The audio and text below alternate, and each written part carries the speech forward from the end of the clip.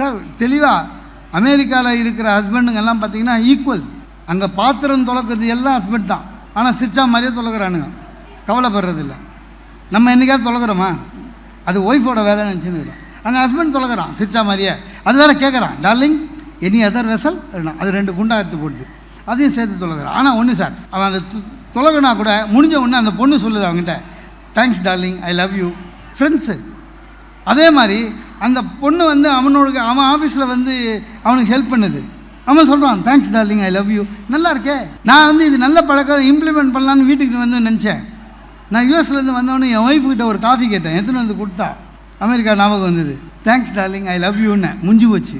அவள் சோஃபாவில் உட்காந்து ஒவ்வொன்று அழ ஆரம்பிச்சிட்டான். ஏன்னா 20 வருஷத்தில் இது வரையும் சொன்னதே கிடையாது. அவன் ஏன் அழுகுறான்னா, ஐ லவ் யூன்னு சொன்னது அவன் நம்பலை.